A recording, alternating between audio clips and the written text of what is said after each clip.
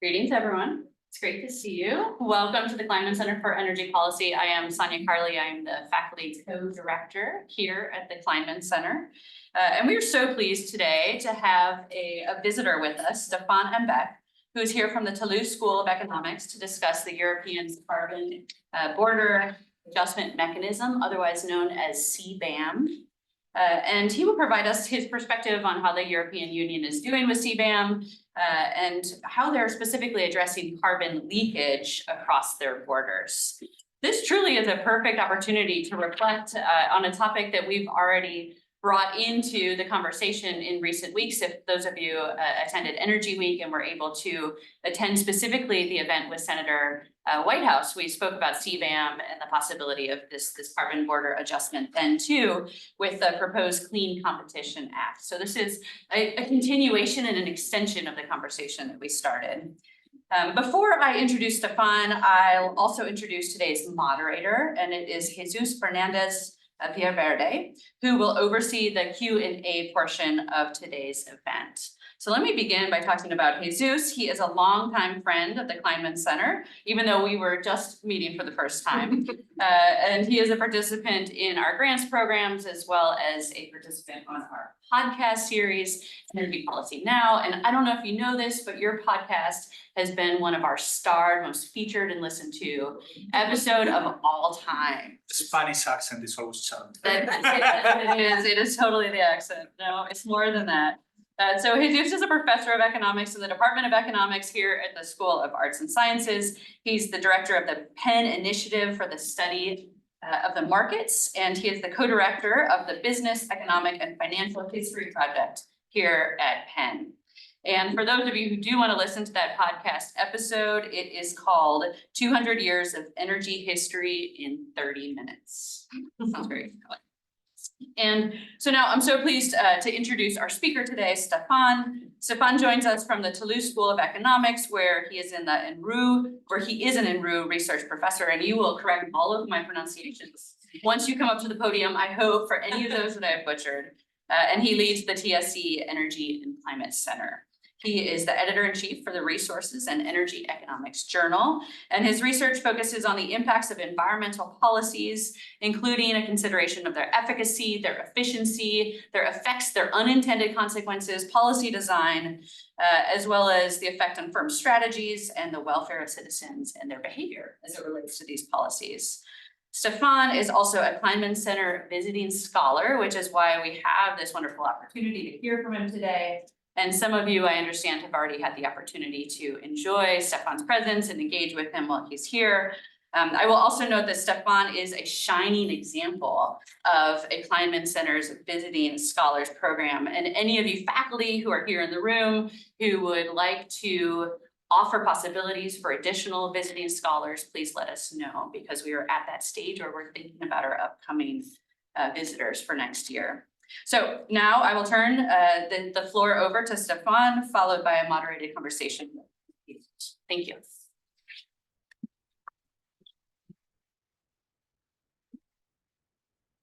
Thank you, Tanya, for this nice introduction, and thank you for this opportunity to spend your week here in Philadelphia. I think it's a very nice program because it's, so often when you visit a place, you spend one day or only the whole week. It's an opportunity to meet a lot of people at the same time, engage in more deep discussions and also talk about my research. So the title of my talk is about can Europe manage its carbon leaks with tariffs? So it will be about carbon leaks, about trade policies, about climate policies, about the European Union.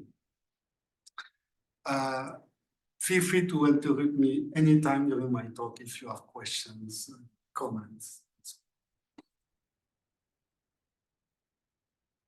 So the starting point of the problem is the European targets in terms of greenhouse gas emissions. So that the European Union roadmap about what we should do in the next 30, 25 years. The target is to reduce emission by 55% in 2030 and to become carbon neutral in 2050.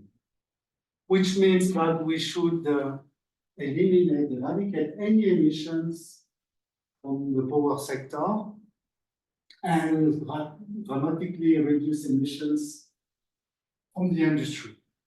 So that's the first things that we have to do, and then we have to reduce other sources like agriculture and transport. The target is first in power and industry.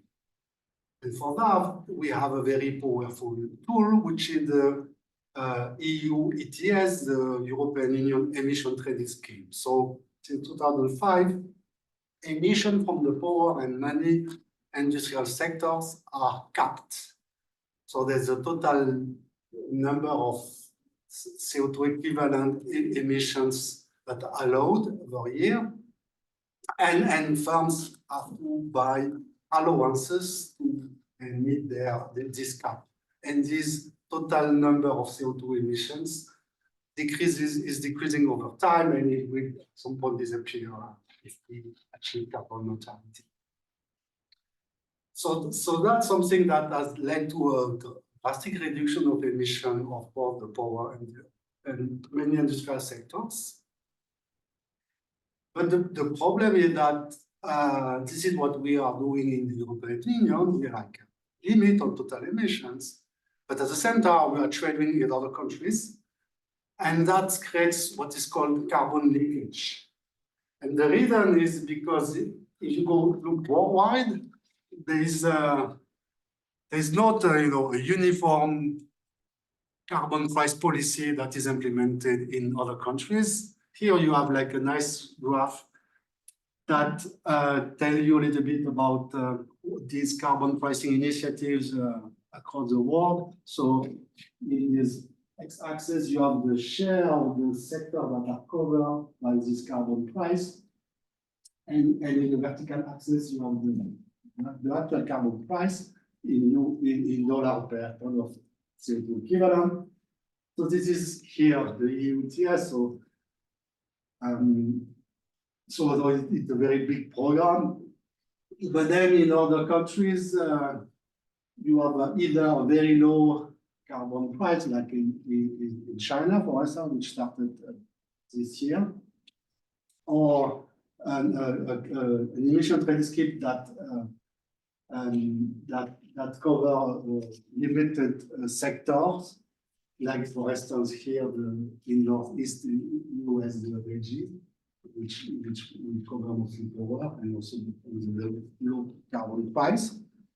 So that's a concern, because if in the EU we manage to cap total emission and to reduce total emission, and in other countries we don't have that, what could happen is that this EU ETS increases the cost of production in Europe, makes European product less competitive, and therefore then it leads to more import of foreign product in Europe, less export of EU product outside Europe.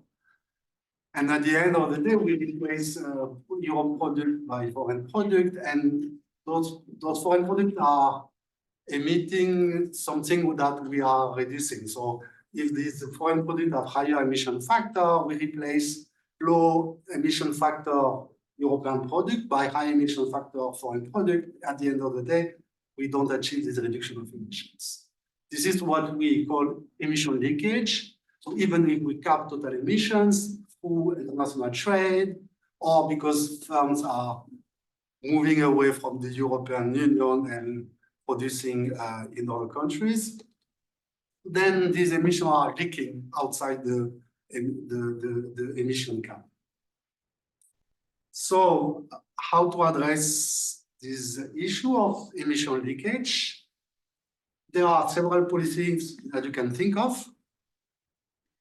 The one that has been implemented by the European Union was to allow free allowances, free permits, instead of selling those permits, giving those permits for free to companies that are exposed to international competitions, like aluminum or steel and iron companies.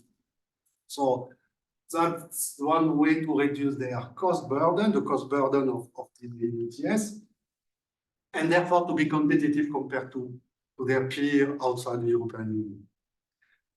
But this kind of policy has some limits. One is that if you do that, you subsidize polluting firms. The more you pollute, the more free allowances you get. And this gives like a subsidy because you can to those firms because you can just sell out those permits and you get some revenue from that. So that's not efficient in this point of view. You don't. One consequence is that does not comply with the polluter pay principles, although our polluters are not paying the full cost of their pollutions. And you favor the production of in this sector because you subsidize those sectors. So now the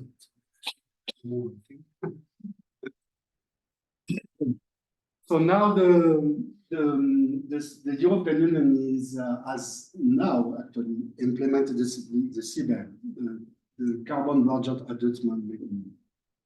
So the policy instrument that we used to have is free allowances, which is equivalent to a subsidy to production to pollutant firms.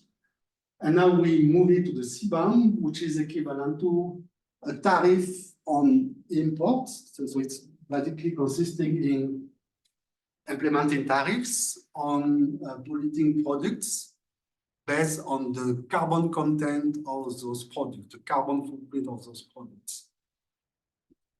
So that's the alternative policy. And then there's another policy which consists in subsidizing exports. This is something that also has been discussed in this reform in the European Union there was a discussion about keeping the free allowances only for exported production. So that can be one way to just eliminate the regulation burden or the cost of carbon pricing for the production which is exported in foreign market, and therefore to level the playing field, get fair competition in this market in which you don't have a carbon price. So before I'm discussing the three kinds of policies, free allowances or production subsidies, the CBAM and the CBAM with export rebate or export subsidies. Let me show you another nice graph, which is which tells you a little bit the impact of the EU ETS and post-time. So the EU ETS was implemented in 2005. And if you look at total emissions within the EU, the European Union, you see there has been a trend of reduction of emissions, both when you look at territorial emissions, total emissions that are coming from combustion within the EU territory, or emission from what is consumed within the EU territory. And then the difference is emissions that are imported, emissions that are embedded in the product that we are consuming in EU.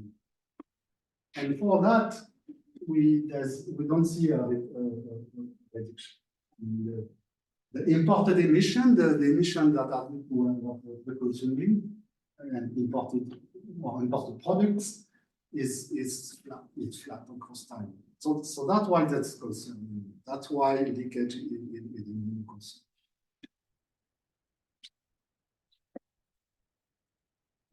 Okay, so that's the general picture. Let me go into the specificity of the EU CBAM. So this is what has been decided after some long political process that involved it's called the trilogue. So it involves three parties: the European Commission, the European Parliament, and the Council of States. So after many discussions, they came up with an agreement along these lines. The first, they have targeted some sectors. So not all sectors that are in the ETS are subject to the CBAM. So they have targeted 5 sectors: aluminum, cement, electricity, fertilizer, hydrogen, and iron and steel. That those sectors are quite upstream in the supply chain and consist mostly on raw material, raw product. For those sectors, if you, for instance, import 1 ton of steel, now first you have to report what is the carbon footprint, the emission factor of this ton of steel. So you have to ask to the supplier in China, say, what is the production process, and to evaluate the emission due to the production process. And then when you have this carbon footprint, then you have to buy, well, no, to pay a price per ton of equivalent CO2.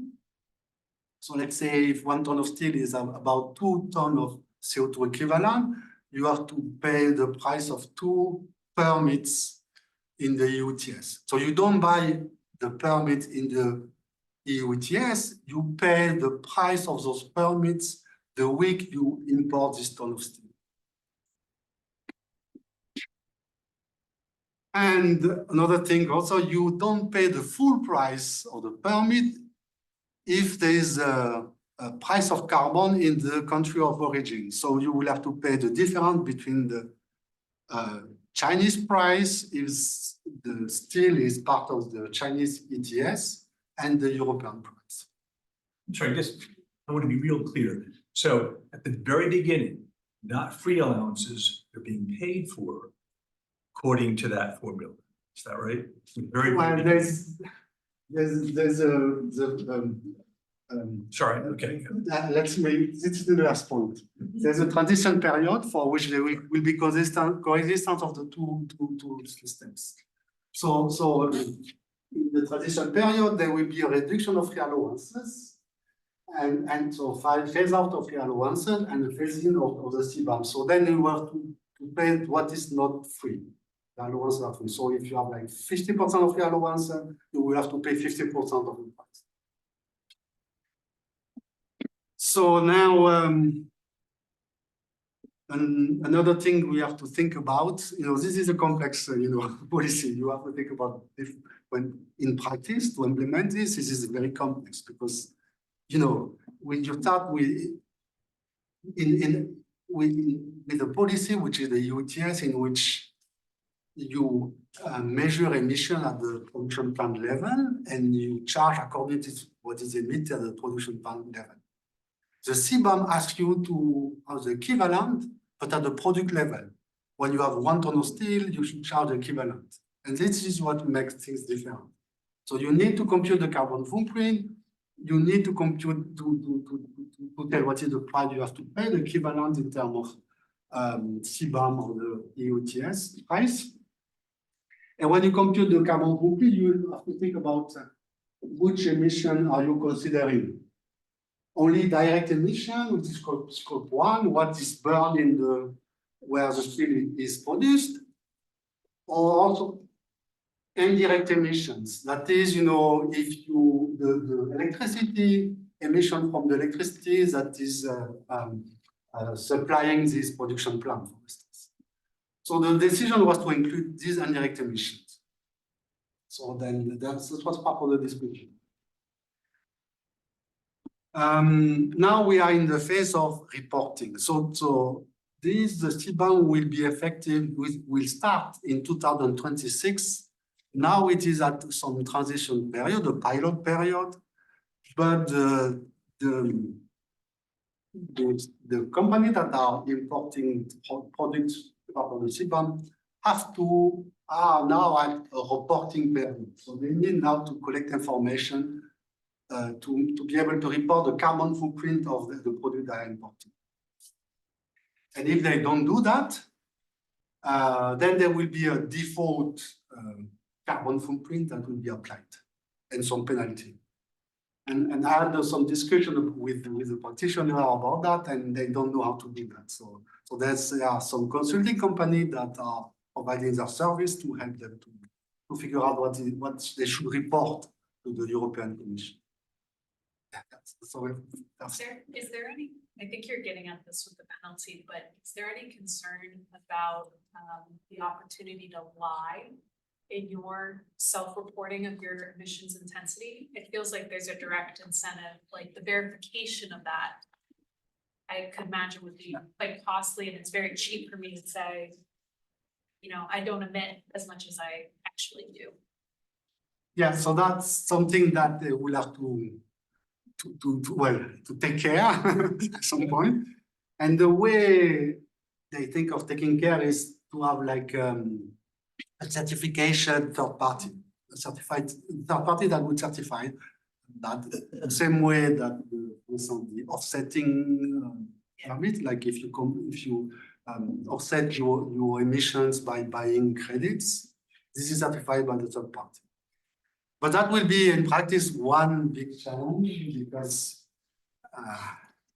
you know that's something that you can do if you are a steel manufacturer in Mozambique, let's say, and you have a different plant, and you say that this is I'm exporting from the plant that is emitting the less, and what is emitting a lot is sold locally. So this is what's called in the literature resource reshuffling. So if you do that, if you report emission from the cleaner plant, then so it's not true, and then you don't have the incentive to reduce your own emissions. Yeah, reported emission intensity is what you're seeing thus far that everyone's reporting, and to the extent they're not, how granular is the default assumptions? Is it aluminum manufacturing? Is it a subset of a type of aluminum manufacturing? How is the default intensity applied? So as far as I know, in what is that's being decided, it will be based on the emissions of the European firms, because the European Commission have information about the emissions. Okay. And plus a penalty, which is, I think, something like 40 euro per ton if you don't report. You had a question? It was about the default. It's based yeah. on EU emissions, Yeah, because this is what they know, right? but So that, there's an issue about, you know, which is the less clean company, I mean, the more emitting. So I think I don't have the details, but this is but I something mean, like you this. would have no incentive to report if you're dirtier than EU emissions. Yeah, so that's another point. Actually, there's a paper I mentioned later in the slide making this point that if that, then you can expect that those who are reporting are the cleanest, and therefore the non-reported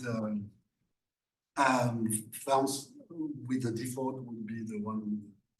So then that's why you should take this into account when you have defined the default.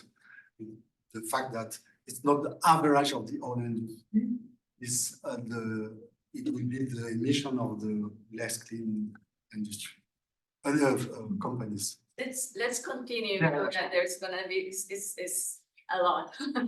Well, but I can cut. We're gonna make questions at the end so that we can have also a moderated conversation. And yeah, it's fascinating. So I'm sure there are gonna be many questions. Yeah, so I think I'm done with this slide. So just before I go into the economic analysis, a little bit of French. Why we have changed from free allowances to CBAM, even that you can see that the CBAM is a very more complex regulation than free allowances. In this newspaper, Le Monde, they mentioned the gold mines for the industrial producers of the free allowances. So there has been an accumulation of free allowances exactly because the company on these sectors have decarbonize their production. They have, responded to the incentive provided by the ETS by carbon pricing by reducing their emissions over time. So then they received more allowances that they needed, and therefore they could even save them or sold them in the market, and that gives them some profit, and that's somehow not fair because those producers are polluting. So that's one reason they switched to the municipal. Okay, first question, what's the impact of these policies on the economy? What would be the impact of, what was the impact of clear advances or the CBAM with export rebate?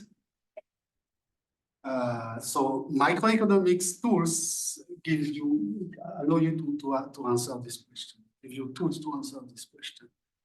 And now what I'm trying to do is to explain with simple micro 101 tools how we can answer to the question. Okay, so let me go into the standard demand supply function. So look at this is let's say the steel industry. Within the European Union, there's a demand for steel, then the supply for steel, and the supply is reflecting production costs, and some ones are higher costs, and those who are supplying the market first go to lower costs and then increases.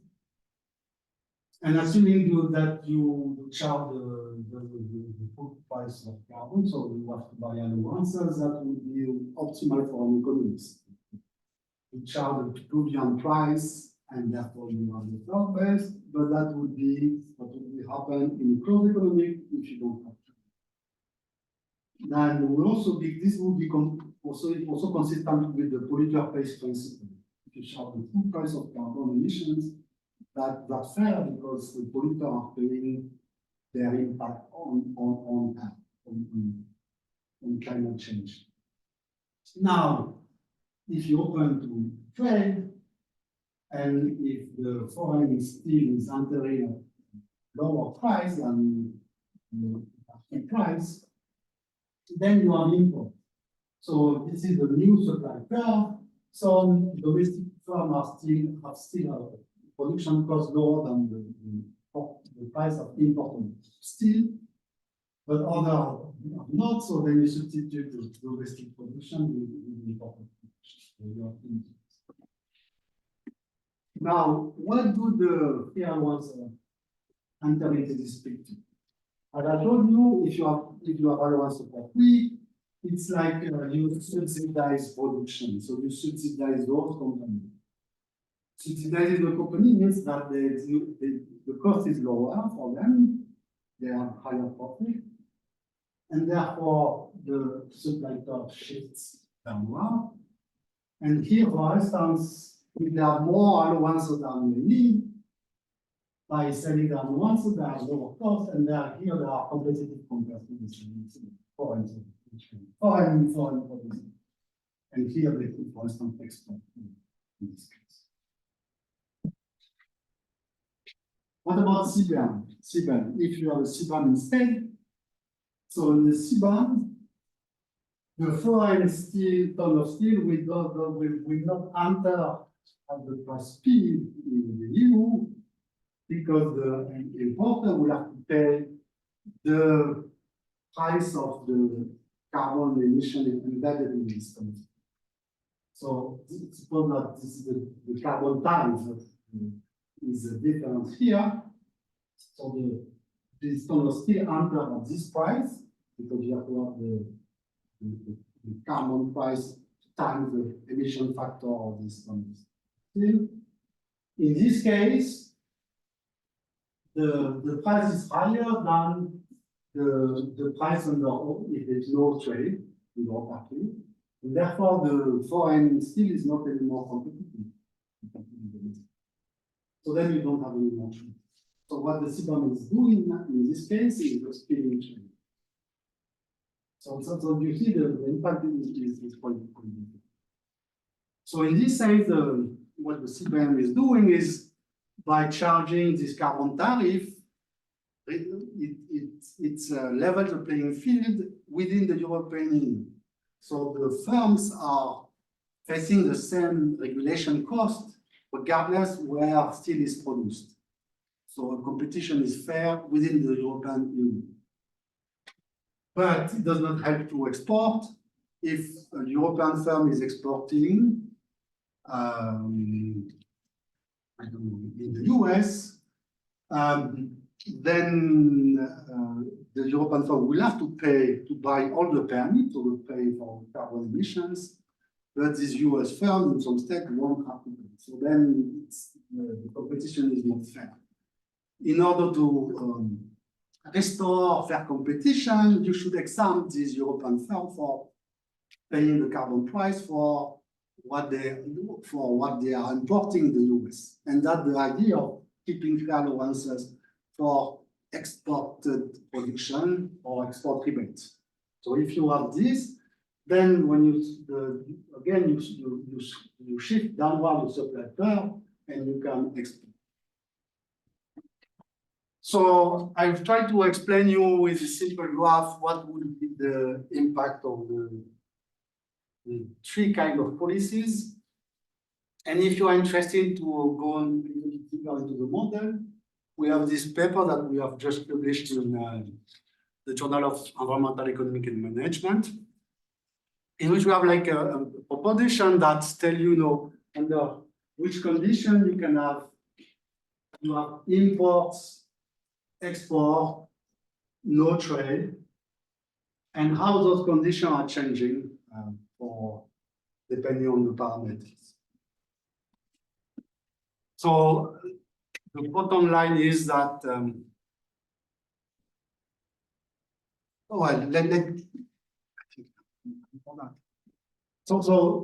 so that's the reason. So basically, I'm trying to give you a quick idea about the result. If you have only free allowances, there are two outcomes. You can have import, that is leakage, carbon leakage, or export, depending if the autarky price is higher or lower than foreign price.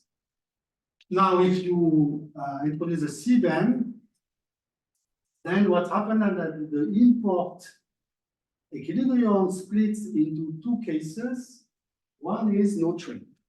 This is what the case I've shown you before, the kills trade. And then if you introduce rebates, what's happening is that the no trade equilibrium becomes an export equilibrium, which we call reverse leakage, because when you export steel, then you replace high intensive steel, high carbon intensive steel in the foreign country by lower carbon intensive steel produced in Europe and sold in the foreign country.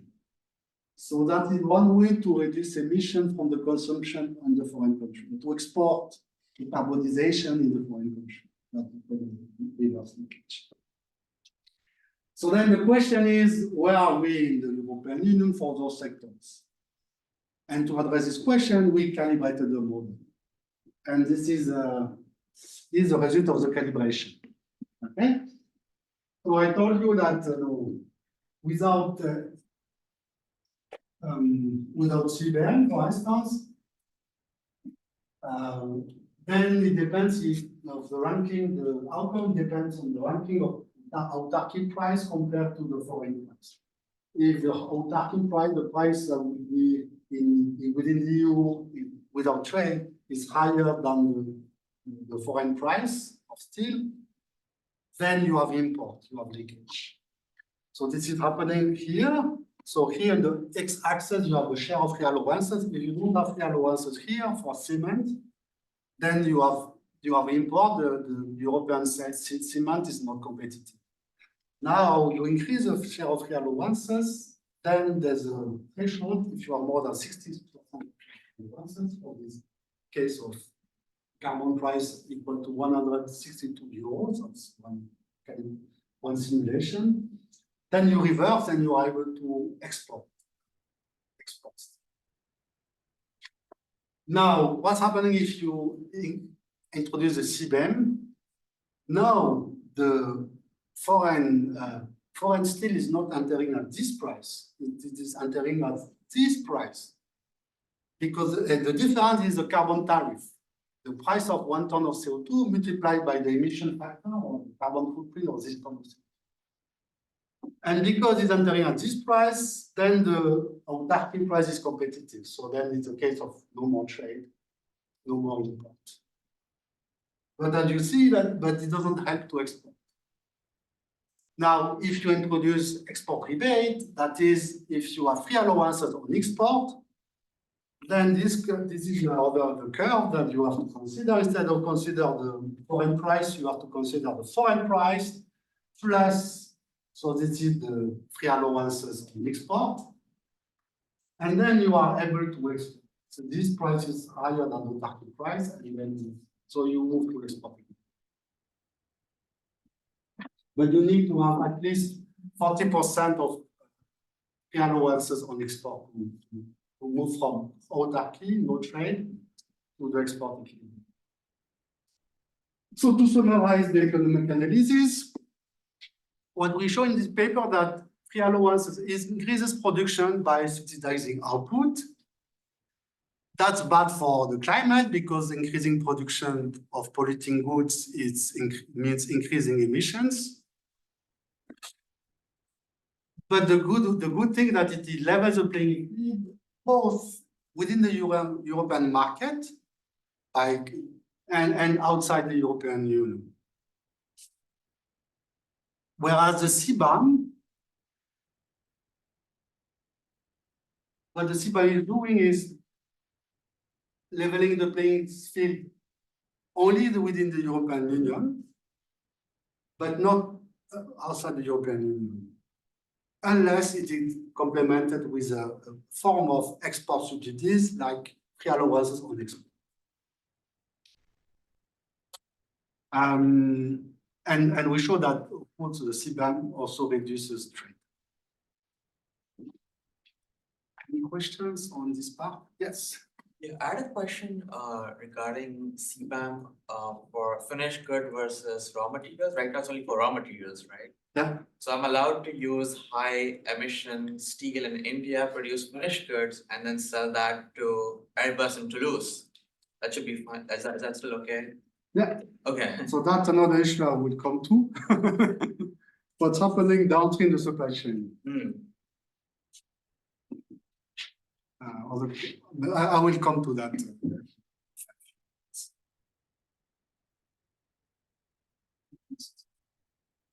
So let's talk about issues raised by the CBAM. So this one and other issues.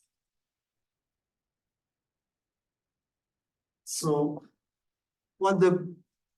so they have decided, the European Economic Commission, to target only a subset of sectors and not all the sectors that are in the EU ETS. What are the pros and cons? The reason for that is administrative feasibility. You can imagine that this is a quite complex policy to implement. So they thought that, these sectors are producing goods that are somehow homogeneous or quite easy to compare and simple, which helps to compute the carbon footprint. They are also carbon intensive, so that's good. And another good thing is that there's a paper by Joe Chapeau that shows that if you look at import tariff and non-import non-tariff barriers, they are lower in upstream industries. That is, those sectors have lower tariff barrier and non-tariff barriers, so they are more easily traded. So that's good reason to target those sectors first. But then the two cons, it's just what you mentioned. You may have leakage downstream the supply chain. That is in your example. Airbus may decide to build a manufacturing plant in India, because then they will have access to Indian steel without the carbon tariff. And that's one concern. So to address this concern, there has been some discussion about charging the carbon embedded in the steel that is coming from cars, for instance. When you import one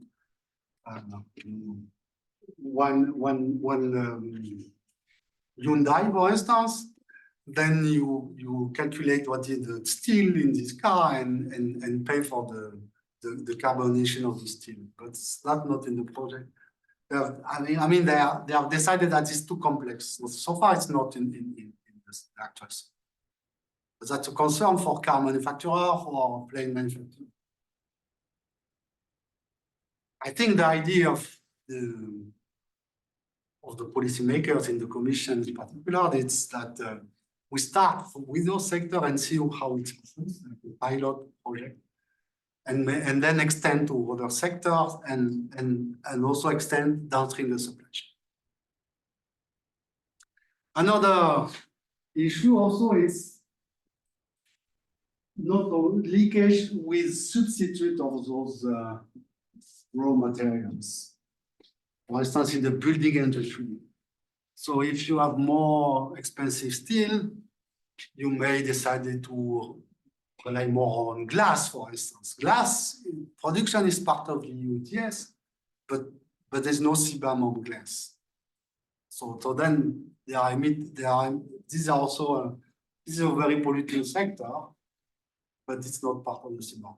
So then you can have leakage and intersectoral leakage, but it's not addressed because only a subset of sectors are subject to CBAM, and some of sectors that are in the ETS are not subject to this. Another question they have to answer when they designed the CBAM is, which emissions are covered by the CBAM. So they decided at the beginning, the European Commission proposed to have only direct emissions, but then the European Parliament voted in favor of including indirect emissions. The one concern was that, if instead of producing your own electricity, for instance, you connect to the grid, then it can be one way to reduce your carbon footprint if you measure only direct emission. Was the impact of this switch from supplier of electricity can be worse in terms of carbon emissions. So then they decided to introduce emissions. But then one thing that now as I told you, in the reporting, the importer have to think about is how far you go in reporting emissions. So if, for instance, when you consider inputs on the production process, then you should consider only inputs that are produced in this country, but not inputs that are imported from another foreign country. So then you have like a lot of things that complexity. So then there's a lot of guidelines about, in practice, how to compute, how to report and compute the carbon footprint.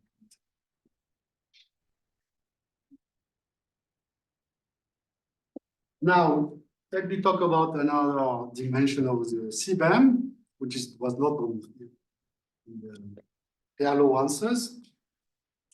The CBAM also induces some incentives and policy spillovers. So it may help also to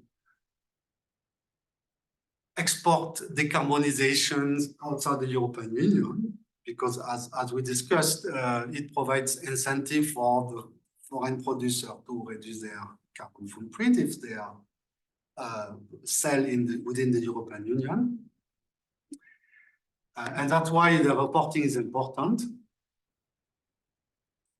But as I told you that this is a resource shuffling problem, and the default emission factor should not be the average emission factor of the industry, but those of the less performing companies, because the more performing companies will report their emissions. So that's the paper I was mentioning. So that's about the incentive at the manufacturing for firms. But you may have also some policy spillover, some incentive for countries to adopt a carbon price. And that's the plus of this price difference. The fact that they include this price difference, you pay only the carbon price difference, induces the incentive to adopt carbon pricing.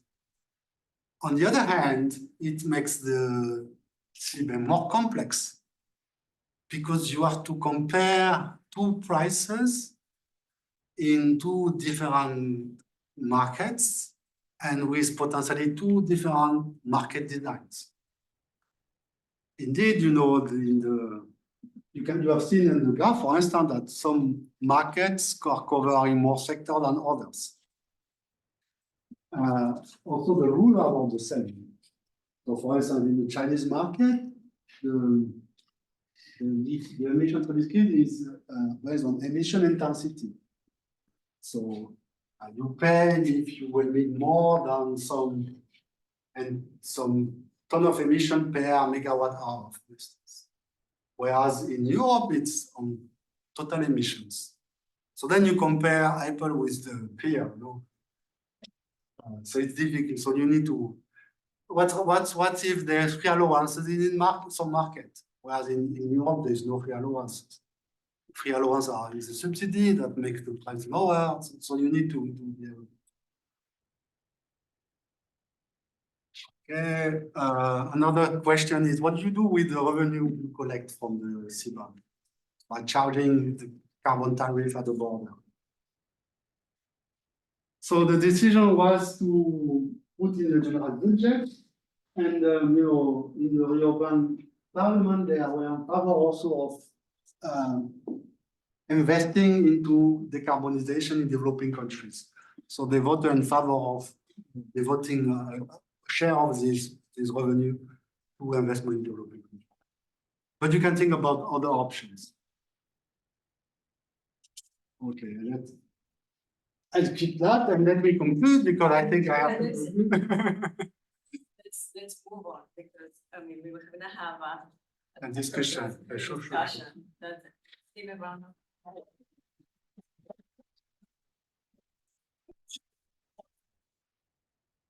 And So.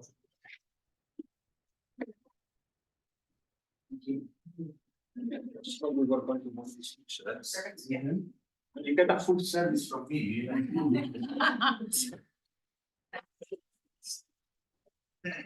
Thank you, Stefan. So I'm going to moderate. So we don't have a lot of time, so I'm just going to ask one or two questions to start the conversation.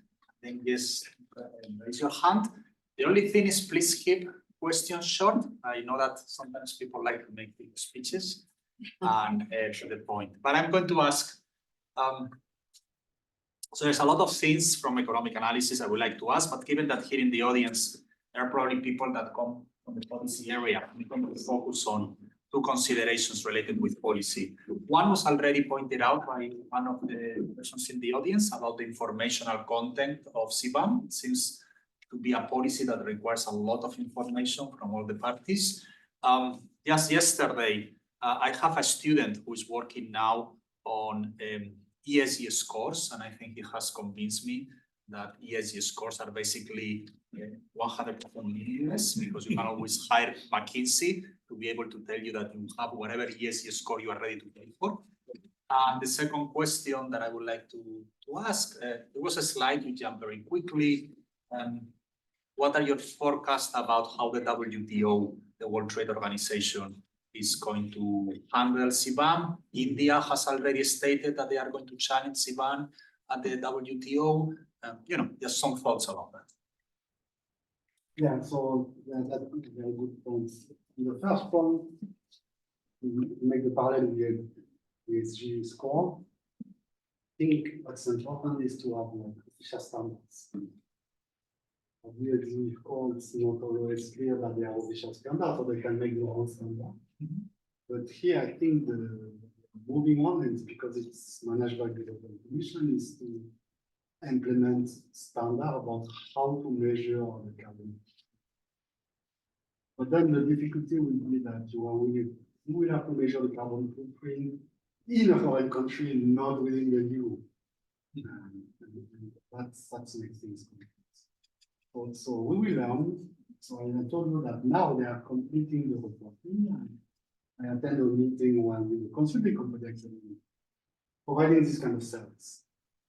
And they were going to all the technicalities. And the people in the audience, they were saying, oh, that's very complex, we don't know how to do that. But they will learn, I mean, that's the point, you know, they will learn. And on the second point, can you? WTO, Yeah. is this what is going to happen? Yeah, so for WTO, one information that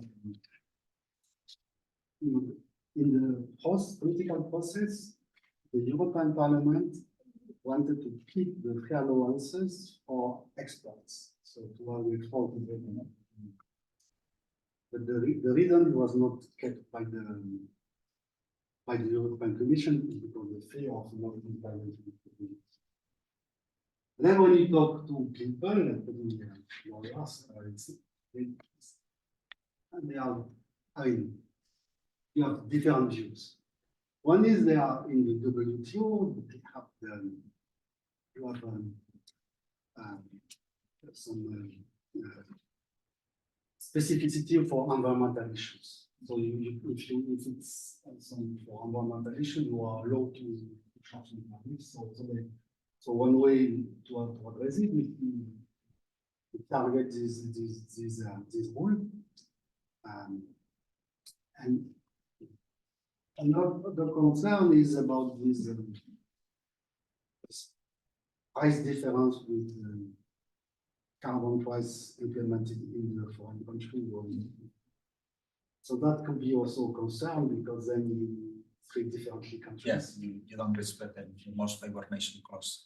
Yeah, so that was another concern.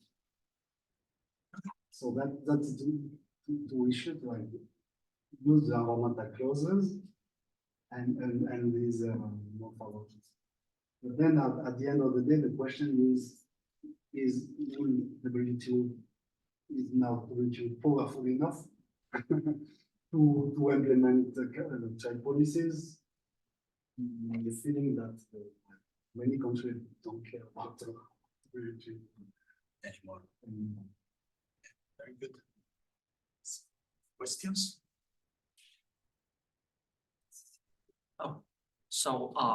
Hi, one of the sectors, one of the 5 sectors you mentioned includes fertilizer. So I would like to ask, can we still view this entire CBAM policy as a kind of protectionist policy that still benefits the industrial nations and in the EU and somewhat hurts the lesser industrialized nations that focus on agriculture in, for example, Southern Europe? Yeah, and what are the solutions to that? Because like we mentioned about cement, we mentioned about steel, but we didn't cover fertilizer. So it's not, well, I don't think it will impact agriculture in developing countries because these are industrial fertilizers. So it will impact the producer of this industrial fertilizer in developing countries, but not the farmer in developing countries. But more generally, then we can think that it's another tariff that is not in favor of the developing. One answer is to say that if they implement the carbon price, then they won't have to pay. They don't want to have to pay this tariff. If you are equivalent with carbon and the EU carbon price of whatever euro per ton of CO2 maximum, then you don't pay anything. So that's one way to answer this question. What is the right way, do you think, to handle exporting countries that use other policies other than carbon pricing to fight climate change? If they use command and control regulations, or if they use subsidies rather than carbon price? If they can accomplish decarbonization through other means, should they get credit of some sort when it comes to CBAM and exporting their products to the European Union? Yeah, so that's was another slide at the end. What is the big picture? What is the role of CBAM and ETS in the world in which you have other kinds of policies?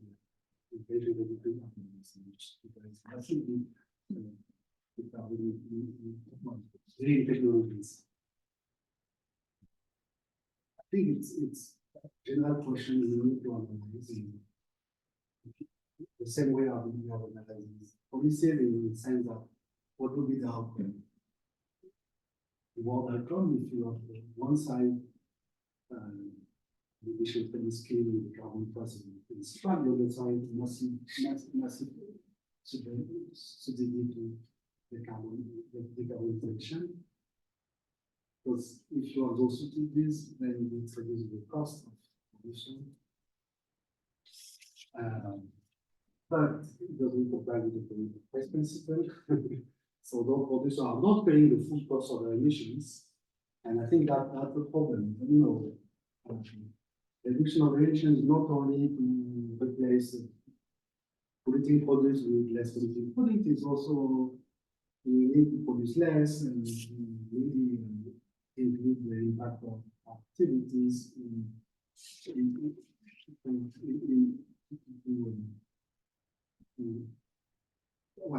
reduce the activity also, and that's what the carbon pricing is doing. So it's a general question that is difficult to address, but at the end, the fact that you have subsidy for green technology does not avoid the fact that you have to pay the carbon tax. Well, if you do have a cleaner technology, you will pay a lower tariff, which is good, but as long as you meet, then you should perform it. The point of carbon pricing.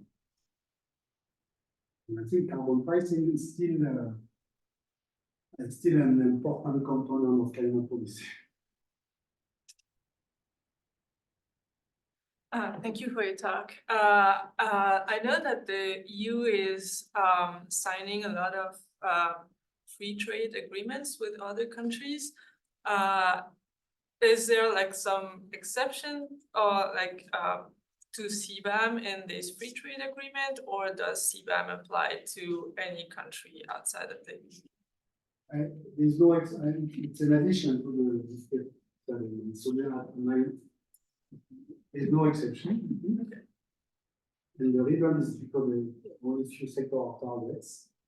So in this free trade agreements, the agreement is about the reduction of tariffs on several sectors. It's depending on which means. But if there's a reduction of tariffs and still the producer will have to pay the. But I would have to add that this free agreement is advertised by the European Commission as another way to reduce emissions and to improve climate change. But it's still very not clear how it's working. Yeah, I'm a little bit skeptical. The last treaty they signed, I think, was with New Zealand. Yeah. I don't know. Yeah, so there was one that recently signed with New Zealand, but New Zealand the carbon price and the concern is more the one with the Mercosur, Brazil, Argentina, which targets the concern is more about agricultural products, in particular beef. So I know this issue because I was asked by the French government to lead the committee in charge of evaluating this free trade agreement. And what we did, we showed that so the agreement include a quota on beef meat that will enter within the European Union free of charge, about 100,000 tons of beef. And we have shown that this will increase deforestation by 5% over 6 years. And we have quantified the increase of deforestation. So that's one concern, and beef is not part of the secret. Even though the European Commission are, as I said, advertising this kind of agreement as an agreement of new generation that take into account climate change and biodiversity. But if you look into the agreement, those issues are just part of some policy forums in which the parties are discussing about, which is important to discuss. But there's nothing which is constraining anything. And one recommendation we wrote in the report is that this reduction of tariffs should be contingent on measurable impacts on the environment, like measurable impact on deforestation. So what we should have is that inside with Brazil and Mercosur, who have lower tariffs on beef, as long as there is not unity of deforestation. If you observe a negative of deforestation, just stop this tariff, keep the tariff, stop with the reduction. But that's what we push for, and there was something called the law paper by the French government that was pushing for that at the European Commission, but didn't work with it. And we are still in the process of the ratification of the agreement, and the French government, based on our process, we cannot ratify. And impact on the legislation.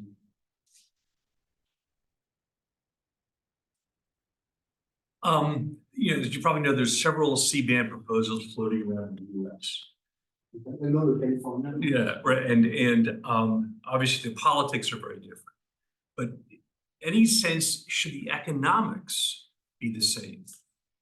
The different alternatives you described, any reason to think that the economics that you laid out be well, including the potential need for export rebates, any reason why that should be any different in the US from what, as far as you can know? Yeah, I'm not familiar with the US context. I know that California, because implemented some subsidies and also some, it's not tariff, but a tax on power that is coming from legal states.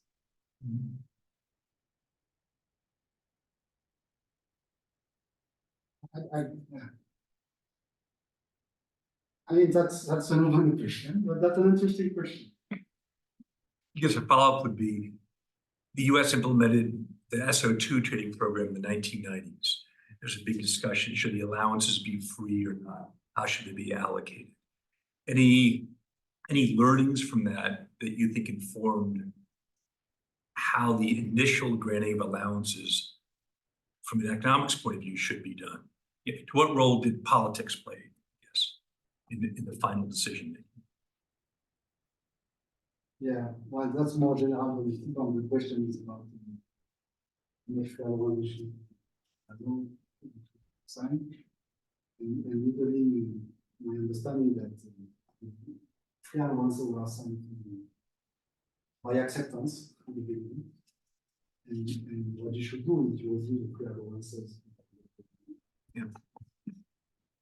Move on. But again, the economists will tell you that if you produce some externality in the economy, efficiency will require that to stay with the cost of externality, to have incentive to produce this externality to achieve the social efficiency that will internalize the social impact on society, the full impact of the society. But the political dimension is different. I just feel from a resource security perspective, it's a difficult problem to solve. Just because Russia is a big producer of fertilizer, India is a big producer of steel and aluminum. I just don't know if there are any other countries willing to provide goods as cheap with a lower carbon emissions intensity. Read again. It's a difficult problem to solve from a resource security perspective because Russia is a big producer of fertilizers. India is a big producer of steel and aluminum, Yeah. but these are all heavy emissions and intensive industries. So do you see a pathway where Europe has other options of procuring these items for cheaper with a lower emissions intensity? I mean, um, well, now what's happening is that in Europe, for these big industries like steel and steel, there's a huge investment into decarbonization, is replacing the standard way of the steel with coal with a combination of electricity and hydrogen. And there is a project in France, ArcelorMittal, which is owned by Mittal, Indian company, to replace the manufacturing plant with a combination of nuclear power and hydrogen to get steel out of the iron mineral. The question is how competitive would be those technologies. In Sweden, we are already starting with that possibility. Compared to the Indian steel, and the idea that CBAM should help, right? To make the European competitive. Do we not? No. The estimate are the cost of trade about 3% higher.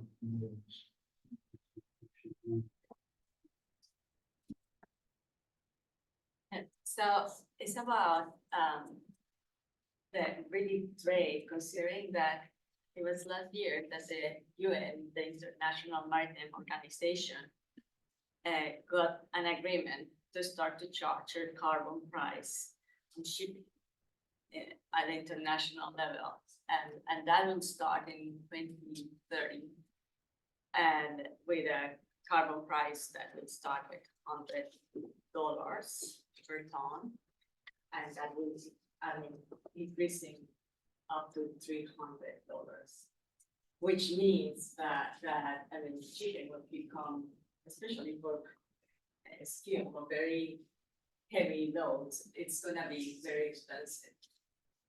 And we have here talked by a Brazilian professor that have made the account that if the CBAM will be in effect, and with this maritime like carbon tax on shipping, it would be very uncompetitive. Like the steel and other products come from developing countries, especially because of the differential of the carbon price that they have, which is very low compared to the European Union. So is the EU considering that it may be a shortage of these materials, and being able to understand living poverty, because it's gonna, I suppose, it may become very expensive, uncompetitive to just export from their part.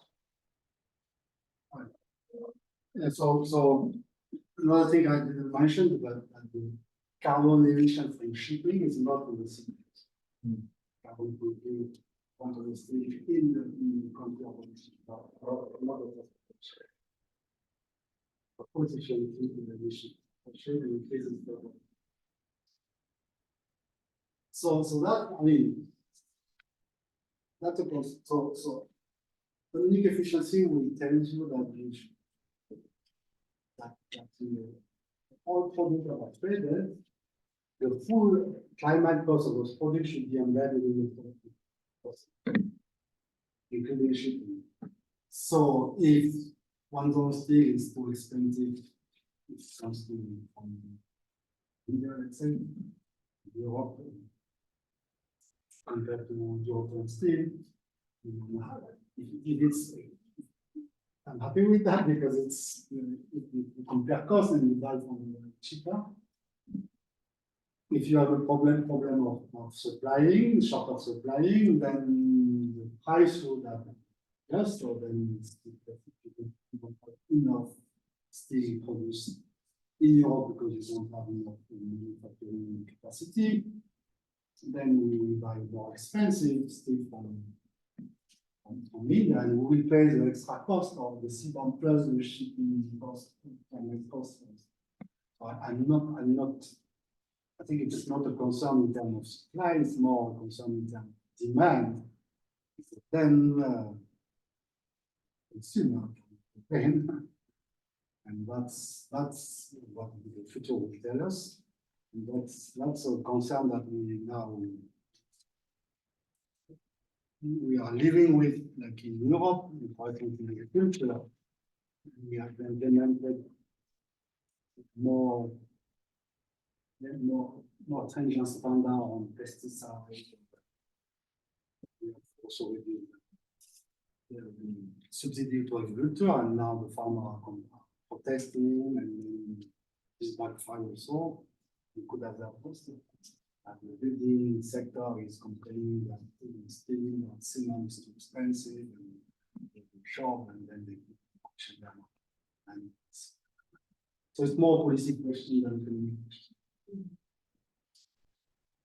And let me wrap up because it's 1:15 and I suspect that many of you have 1:30. So thank you, Stefan. That was lovely. We learned a lot today.